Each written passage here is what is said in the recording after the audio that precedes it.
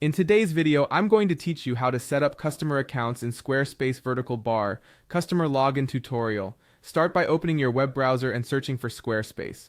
From the results, head to the Squarespace account page and click Login. Sign in with your existing credentials. If you use a social login like Google or Apple, that works too. Take a moment to make sure you're logging into the correct account for the site you want to manage. Once you're in, you'll see a list of your websites. Select the site where you want customer accounts enabled, then click Go to Website to open the site dashboard. This brings you into the editor where you can manage settings and storefront features. Inside the dashboard, look for the Settings icon, usually represented by a gear. Click that to open your site's settings.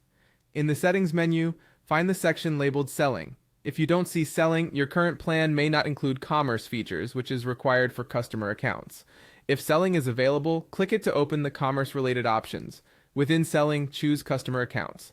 This is where you control whether visitors can create and use an account on your site.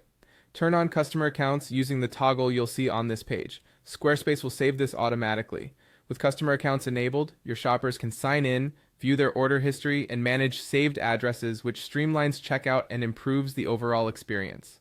A sign-in option will appear in the checkout flow, and depending on your template and settings, you may also see account or login links in common areas like the header or footer. If you don't see it right away, that's okay. Squarespace still allows customers to create or sign in at checkout.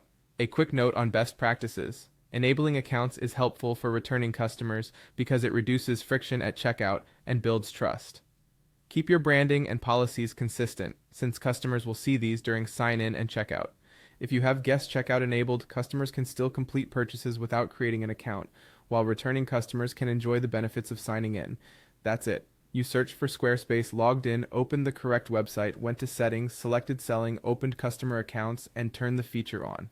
From here, your store supports customer logins, and you can continue customizing your commerce setup as needed. Thanks for watching.